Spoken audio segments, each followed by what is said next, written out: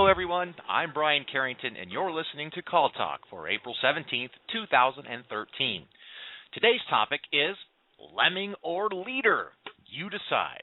Stop being a lemming and learn how to achieve extraordinary results in record time.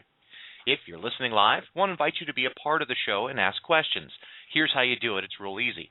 You can either email me at brian@benchmarkportal.com. That's spelled out BRIAN @benchmarkportal.com. Or if you're listening on the phone or close to one, call into this number and then hit the 1 on your phone to let me know you have a question. The number is 347-857-3117. And if you're the first person to ask a live question on the phone today, you'll get a free $1,500 benchmarking survey from Benchmark Portal. I want to remind everyone, of course, that all of our shows are archived and available to listen to at benchmarkportal.com any time of the day that's convenient for you. So, without further ado, I'd like to introduce the host of Call Talk, Bruce Belfiore.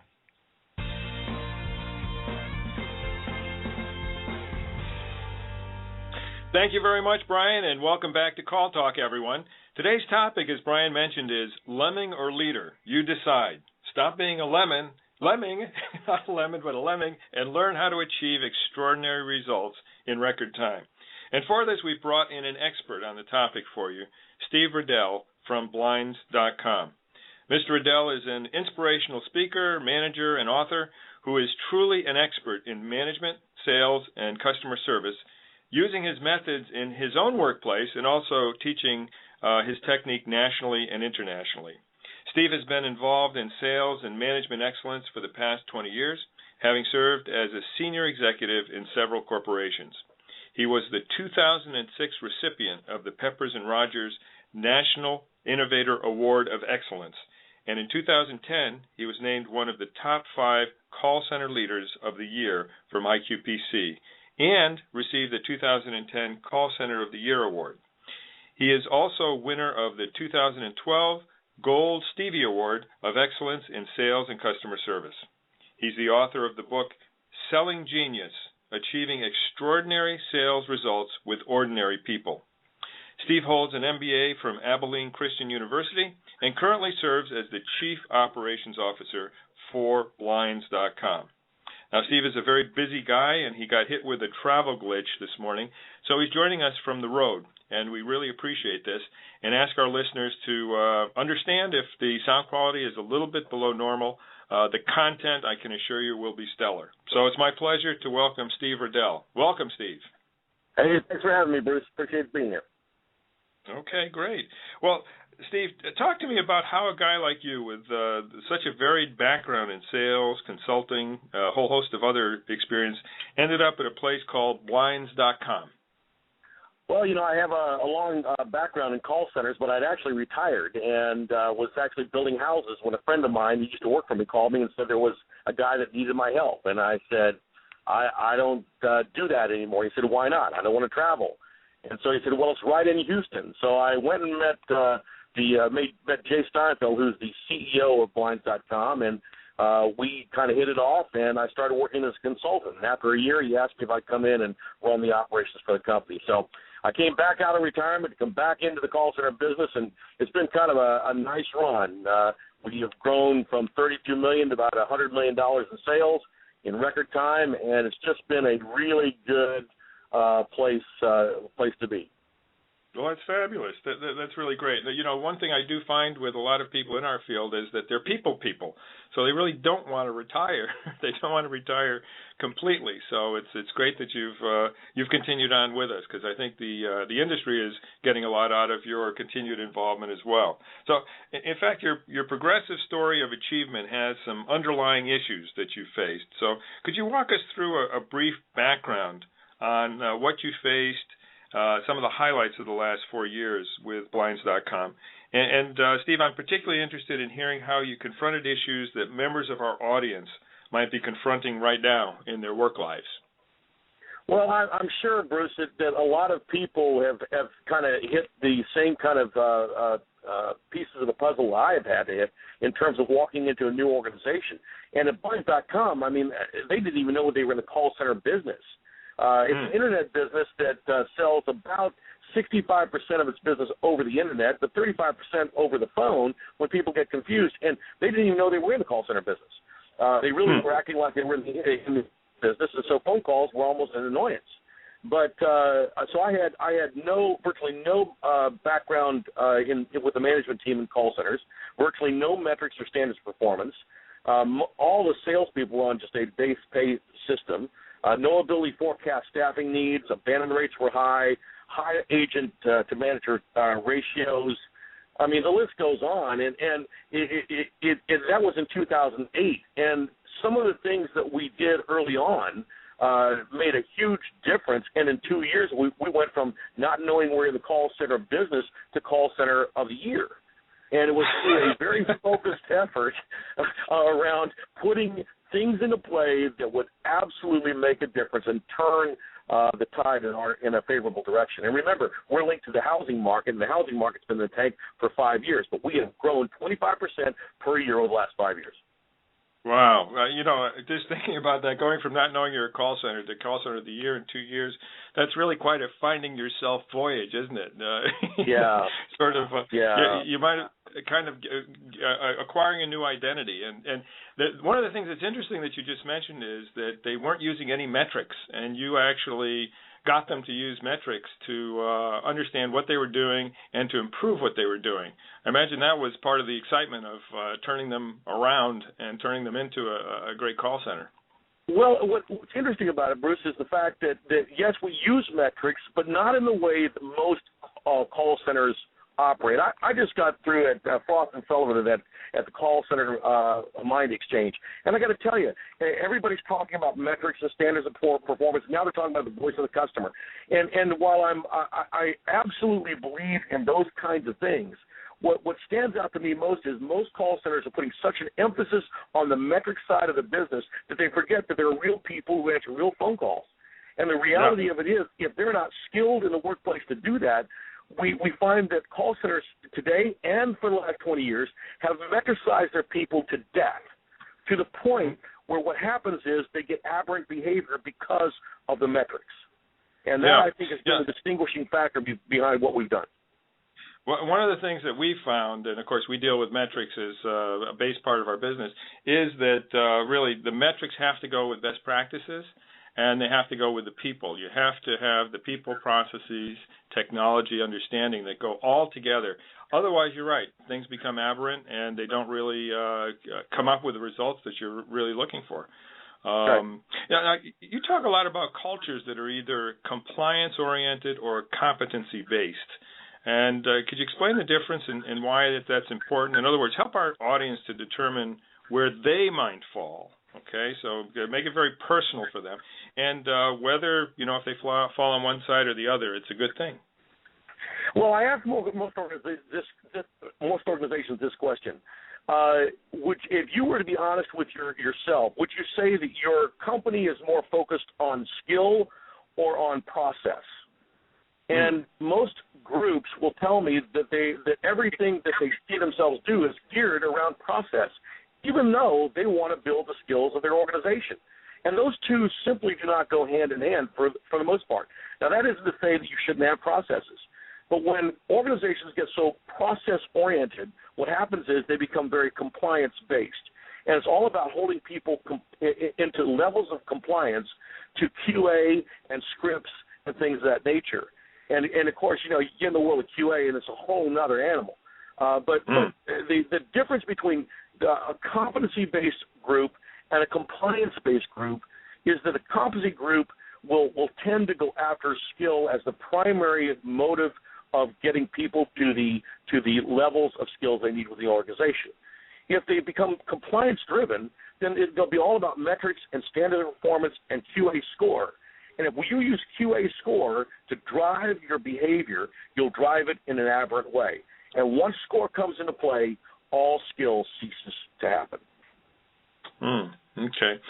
But do you see some situations where a healthy combination of QA scoring and that actually drives toward skill enhancement, where that can work?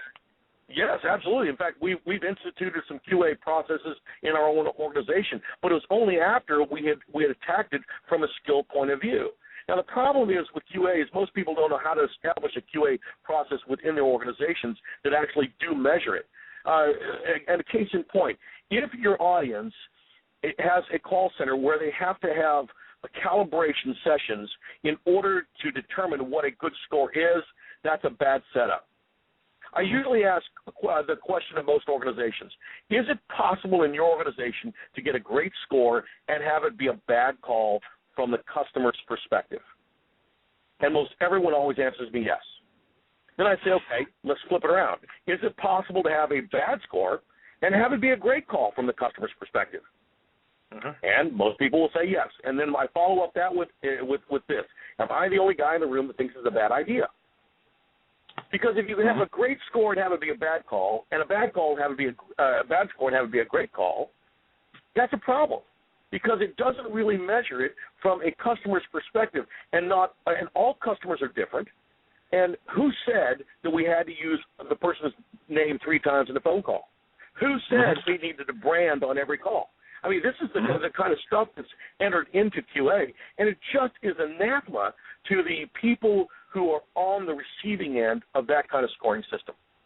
Now, the difference is on QA, if you can establish one where it's either a yes or a no. They either did it or they didn't do it, and all QA tells you is that they are utilizing the skills that are being taught, and they're scored based on the utilization of those skills. That's a completely different animal.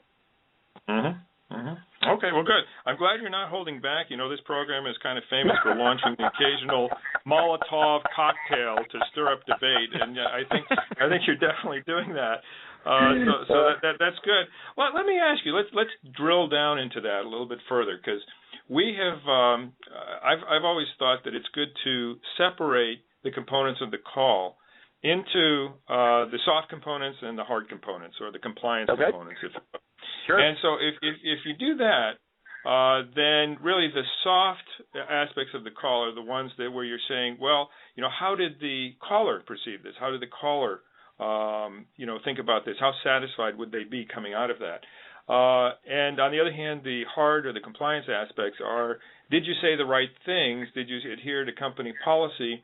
Because in some cases you can leave the caller feeling very happy, but then they find out subsequently that they got the wrong information. Either. Yeah, you're right. Now, I'm not talking compliance from a standpoint of banking and finance and things, or disclosure statements and those kinds of things. But that would absolutely be a measure in QA that would tell you, did they follow the right procedures? But that's a yes or no. It doesn't take anybody any group of people have to get together and figure out, was it scored appropriately? The problem with most people in the call center is crazy is when 3 people can't agree on whether it was good or bad. Right. Okay, one of the things, too, is that let's say that you're in this kind of a situation. You have a scorecard that is divided into the soft and the compliance or hard aspects of it. And let's say that it's what you said, Steve. Who is the best person to determine if you did a good job on the soft side? The customer, right? You see, but I don't put an awful lot of emphasis on the soft side, and I'll tell you why. Because soft skills are very difficult to train to. How do you train somebody to tone? You'd be hard-pressed to do that. You can tell me what good tone sounds like. You can show me and let me listen to calls that have good tone. But you almost cannot train somebody to have good tone unless you train them on the right questions to ask. And by the nature of the questions they ask, it changes the tone. We coach the tone all the time. We say, change your tone. Well, the person knew how to change your tone, they would already be doing it. And I see people getting QA scores on tone that really, honestly, has nothing to do with the tone, but everything to do with the questions they're asking or the conversation they're having. And we spent more time on the skill side, which is really what questions to ask, how to formulate those questions in such a way, and speak to customers in the way they wish to be spoken to. It changes the whole way and nature of how QA actually works. Okay, that sounds really interesting. Can you give us an example of that, how tone and questions go together? Well, questions are the heartbeat of a phone call, in my opinion. And when you teach people skill, there are just some questions that allow a person to be able to share with you what their needs are. I call it, for lack of a better word, if you came into my organization, I call it the blinds.com experience. And every single person on the phone and knows what their job is, and that their job is to deliver the blinds.com experience. But you have to define that. And so by definition, the blinds.com experience in my world is, number one, your job is to give everybody who calls you a solution. If you don't provide them with a solution, then you fail. So there are questions that a person needs to ask in order to be able to get to solution. Why did you call us today? What was it that you wanted to have happen? Very open-ended questions allow the customer to really share with you what was going on. I see so many organizations where the first thing they do is they go to the computer. And they ask all this information so they can get the right screen up on the computer, and they forget that talking with a customer is the most important thing. So it's knowing what questions to ask. And the second one is it's got to be easy. If you make it difficult, people aren't going to want to deal with you. And the third thing is, when that customer hangs up that phone, their first reaction ought to be, wow, I'm glad I called Steve because he took care of my issue. And quite honestly, if you solved a person's issues, you made it easy, and evoked a wow at the end of the phone call, tell me what could be better than that. Yeah, that's perfect. That's perfect. That's exactly what we're trying to give to people. And so, all right, getting back to that. So obviously, having a wow experience means that you have an agent with the right skills, right? Who's supported with the right technology. Who has just the right amount of process so that they do things according to the best interests of the caller. Then let's go back to the whole thing about scoring and coaching and all that sort of thing, because I know that's an area that you put your heart into. And in fact, I think sort of a subtitle of this Call Talk segment might be "Coaching Your Way to Leadership and Success." So tell us a little bit more about how does your philosophy differ from the coaching that exists in most companies, and what is the heart of the philosophy that you have? Well, I'm what you might call a performance improvement specialist. I've spent 20 years helping organizations across the U.S. and Canada improving their ability to be able to sell and service their customers. And so I approach it from not just a practitioner's point of view, but also from a real consultative point of view. It's kind of interesting to be back, having to follow my own advice. You know what I'm saying? But for I'm usually a guy that tells people what to do, and I leave them to do it. But it's it's actually had to be put into my own environment, and it's been an interesting thing to do, because it's either you live it and you walk it and you breathe it and you do it, or all you become is a big mouth. And what I hope that people will get out of this is the fact that there are a number of things you can do within a call center, but not all of them have been proven to work. I believe this from a standpoint of having gone into hundreds of different organizations and helped them change their direction, which is stop putting so much emphasis on metrics and standards of performance and quality, and get their people out just flat coaching people to skill. Now, most organizations, when they hear that, they go, well, we coach. Okay, I understand that you go through what's called a methodology of coaching, but that doesn't mean your people coach. If you look at most organizations, they may be out there doing what would be termed coaching, but what they're really doing is process and performance management. They spend more time dealing with people's metrics and beating them up with their numbers, rather than coaching people on a daily basis to a skill that is actionable, that they can actually put into practice with a customer over the phone. They sit down with all their metrics and standards of performance, and they say, okay, you've got to change your metrics. Well, if they knew how to change their metrics, they would already be doing it. The problem is that they don't know how to do it, and the coach doesn't really know how to tell them. And by the way, coaches come from where, Bruce? Coaches come from the center for the most part. That's right. And how were they coached? They were coached with the same methodology. So what happens is you have this ongoing process of people coaching people with their numbers and beating them up with their numbers. And what happens is the rep, not knowing the skills and how to do it, they start looking for ways to change the numbers, and unfortunately they find it. Well, let me give you a good example of this. I'm in Canada, and I'm at a large bank, and I hear this lady, I'm listening to this phone call, this lady says, this guy calls up, he says, I'm so mad at your bank, you've bounced my check the last 3 times in a row, I've had money in the bank, I'm sick of this.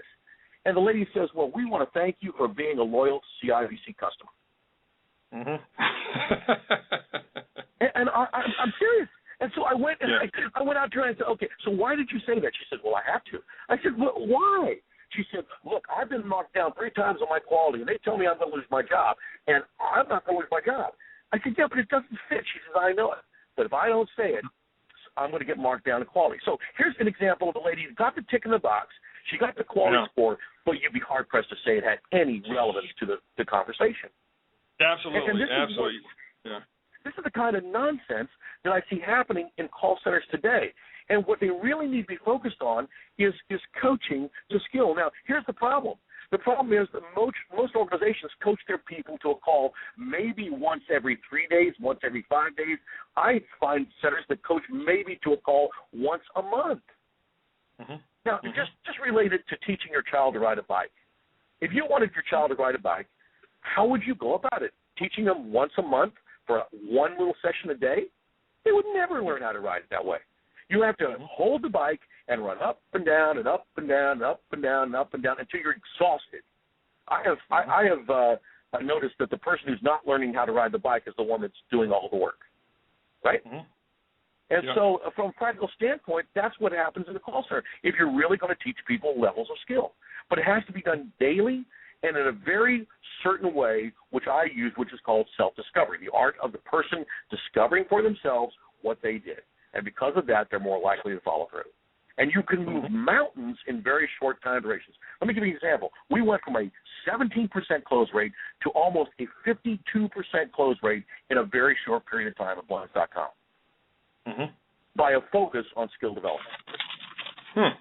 Okay. Well, look, how about if we sort of illustrate this to our listeners by doing a coaching session? Should we do that? Yeah. Okay, so great. just to give you an idea of what the philosophy looks like, and we could pick an industry, financial services. That's an area that both of us have had a lot of experience in terms of call centers and everything like that. Right. And, let's give it a try, see what happens. All right, well, just so your audience is kind of aware of what's going to happen here, right? It's a process that we use by the nature of looking to see if Bruce can self-discover for himself what he did wrong, and also helping Bruce discover for himself what he needs to do in order to correct it. And it's going to be drilling down to a specific thing that I want Bruce to go do. So we'll start off, and you may want to take some notes on this because there's some specific questions here you may want to write down.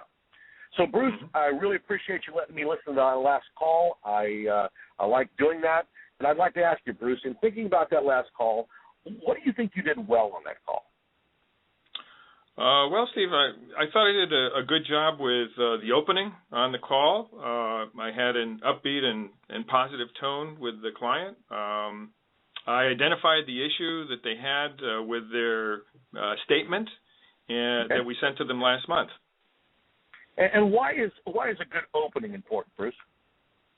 Well, a good opening is important because that way you engage with the customer and they understand that you're there to serve them and that I'm there to try to solve whatever it is that they need solved. And how was the customer's reaction to you when you did that? Well, the customer's reaction was kind of flat, but it was okay. It was okay. Okay. So why do you think it was flat? I think that I could almost see the furrow in their brow. They were really puzzling over what was going on with this statement. They didn't understand it. Yeah, understood. Well, would it be okay if I shared with you some things I thought you did well? Please, thank you. Well, one of the things, yes, they were puzzling, but one of the things I really value about what you bring to the call center, and especially to our customers, is you always seem to connect with them on a very personal way. And you talk with them as though they're a person and not like they're some entity that is annoying or bothering us. And I really appreciate that. Why is it important to make that connection with customers? Well, I think that it makes them feel good about their relationship with our bank, and also it helps me to then get the conversation going so that I can ask more questions and can solve their issue.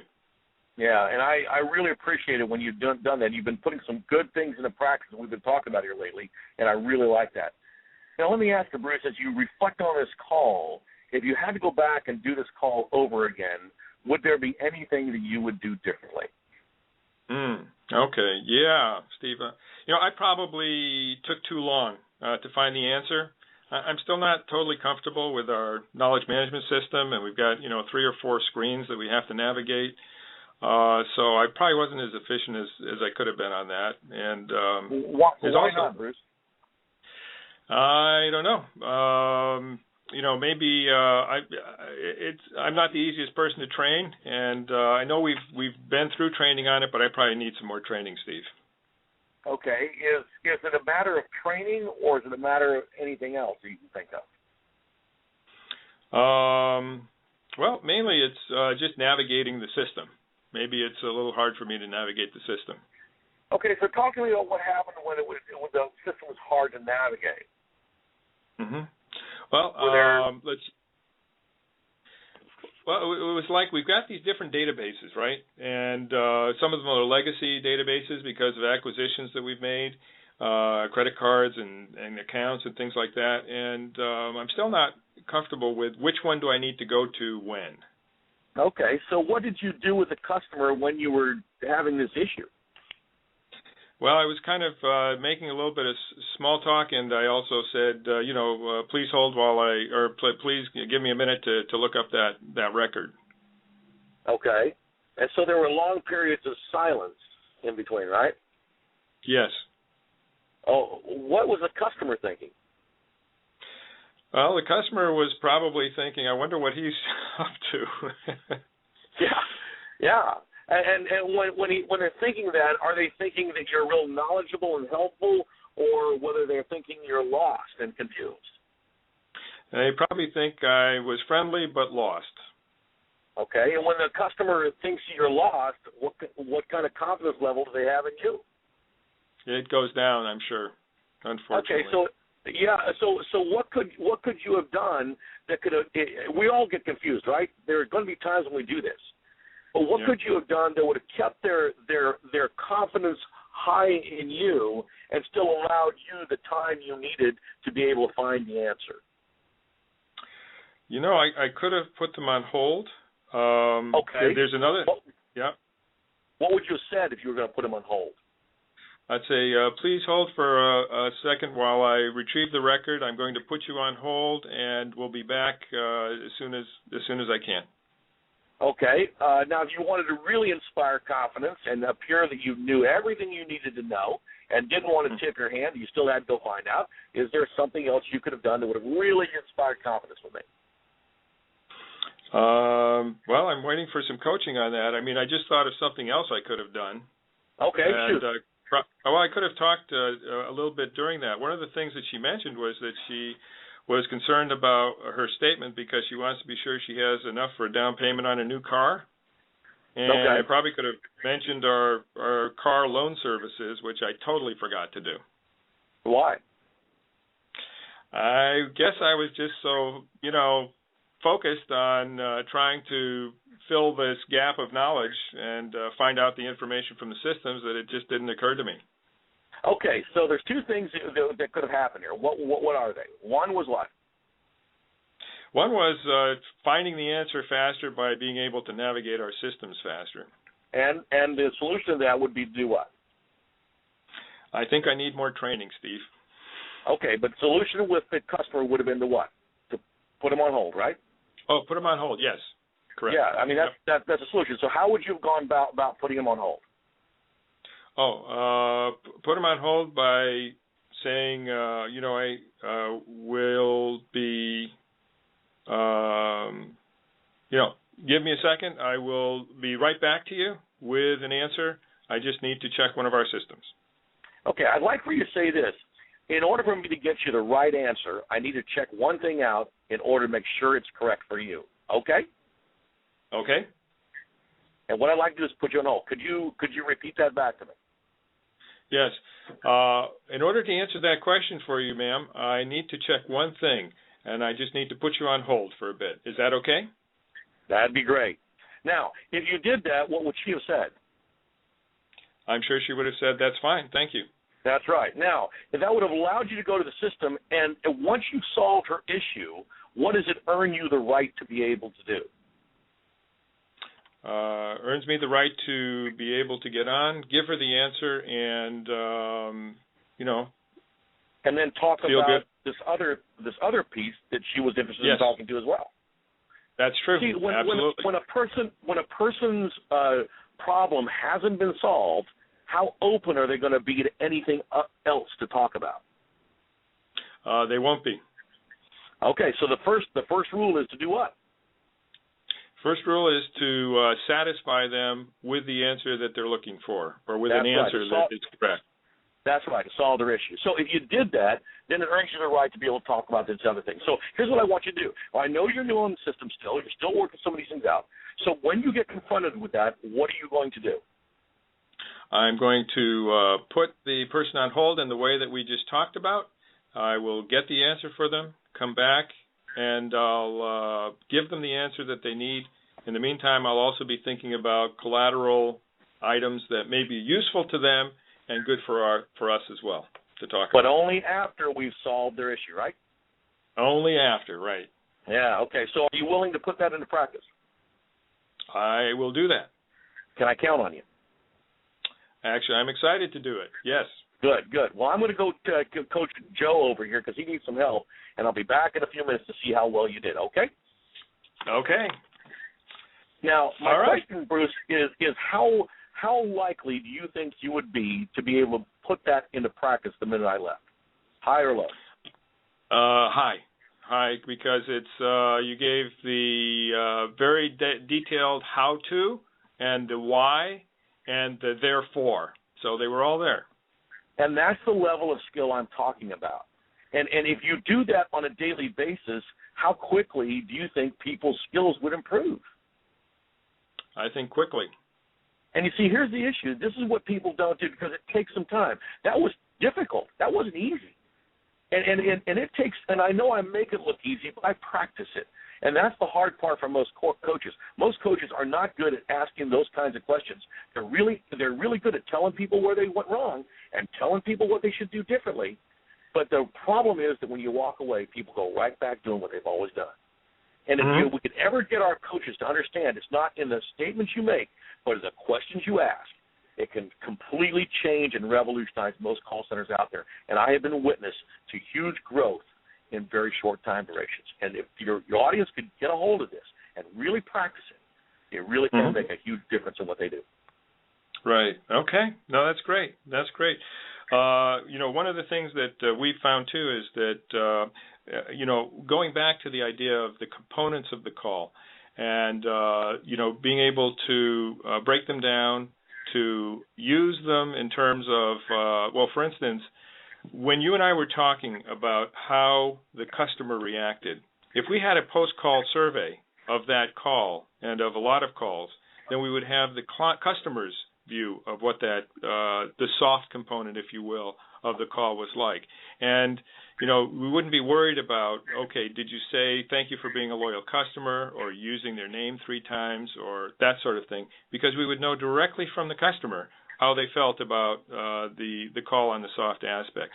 In terms of hard aspects, right? Okay, so and then the other thing is you don't need any calibration sessions, right? That's the point. You don't. And if there's no calibration session. There's not. And one thing though that I would say in addition to what you said is you have metrics actually if you have that. If you have a post-call system that works well, at the end of the year you are going to, or even at the end of the month, you're going to have some very good metrics, but they're going to also be included with comments from the customer from the post-call survey that are going to be part of the coaching process for you. And then if both you and your coach, the Steve Riddell of the situation, have access to that, you can take that and really turn it into the magic that you were just showing us with regard to how coaching can work. So, that's right. You use your metrics as a way of showing the rep that putting skills into practice actually improved their numbers, and you use your metrics as a way of showing skill improvement, and it really does make a big difference. Right. Okay, good. Now, I wanted to get you to say something nice about metrics, because we really believe in them. So, yeah, no, I mean, metrics are great if they're used in an appropriate way, for sure. Yeah, absolutely. Exactly. And that's what we're absolutely on the same page with that. Well, that's great. This has been a fabulous session, and actually we're kind of at the end of our time here. In terms of questions out there, Brian, is there a question that we could have before we finish up here? A question or two? Yeah, I do have a couple, and we can jump right to those. The first one came in on email from Max, and the question is, what do you use to make sure that people are held accountable for performance? Well, the accountability comes through the metrics and standards of performance that you have. I don't want your audience to think I don't have metrics, but the reality of it is I'm going to use metrics in a way that proves the case. I'm going to go to the metrics to show me where I need to spend my time in skill development. I'm not going to try to change the metrics by themselves. I'm going to change the skill, which has the added impact of changing the metrics. And when you do that, then you get the kind of behavioral change you want. If you don't, then people's behavior changes in a very aberrant way, and they change the score without changing the skill, and it has virtually no impact with the customer. Okay, gotcha. One other one, and this makes sense, as a lot of people I'm sure are thinking this, from Donna. Thank you, Donna, for this one. My people don't have time to coach everyone daily, so what do I do, and how do I get this accomplished? Well, I wish I had $1 for every time I've heard that one. The organization winds up putting so much work on these supervisors and managers that they spend literally 80 to 90% of their day in administrative tasks and duties. And what happens is they don't have any time.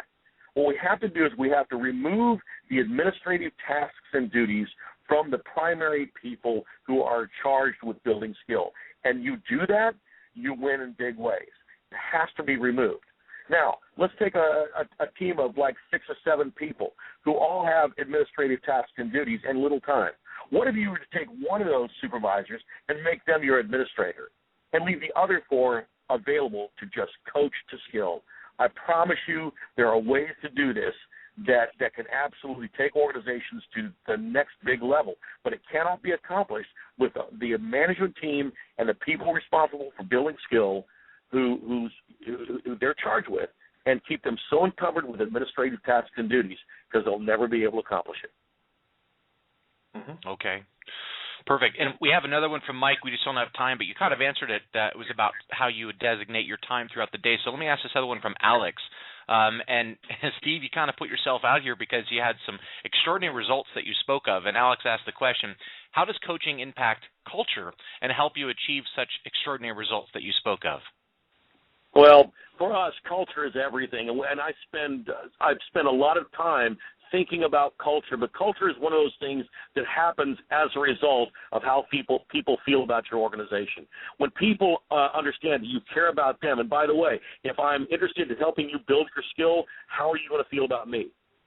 It's going to be very different. And most organizations don't drive skill, and because they don't teach people skill, people begin to think that all they care about is the numbers, and all they care about is the business, and they don't care about the customer.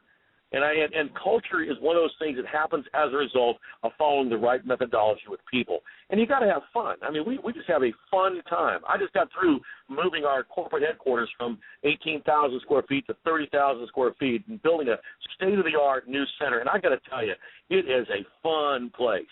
And when people are excited about coming to work every day, they tend to give a great experience to all those that they talk to. Mm-hmm. Okay. Very good. Okay. This has been a great session. I realize we're at the end of our time here. One of the things, Steve, that I think spills over from what you were talking about is the whole concept of supervisor training.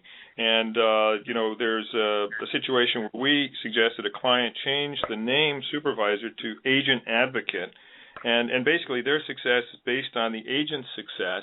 And they were given the training to actually understand how to do that, which is something that's all too rare, unfortunately, in call centers.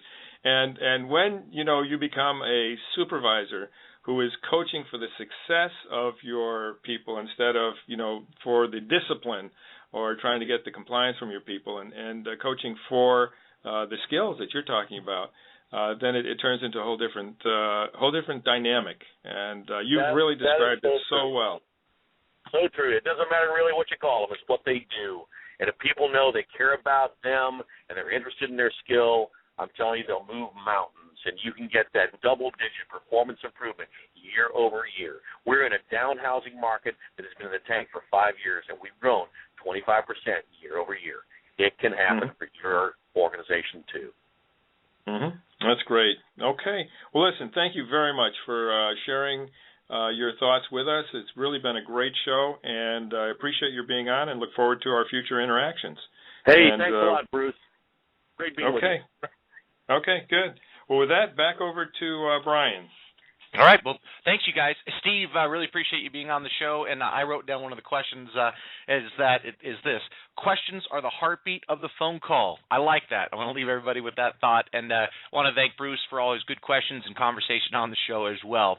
At this point, I do want to remind everyone that we have a new and improved 16 KPI multi-channel benchmark survey that is yours to take for free. Just head over to BenchmarkPortal.com and sign up for that.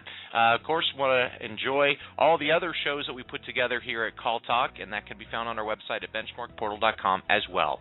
So this is Brian Carrington signing out for the day. I want to make sure that all of you keep your headset steady and your fingers ready. Bye-bye.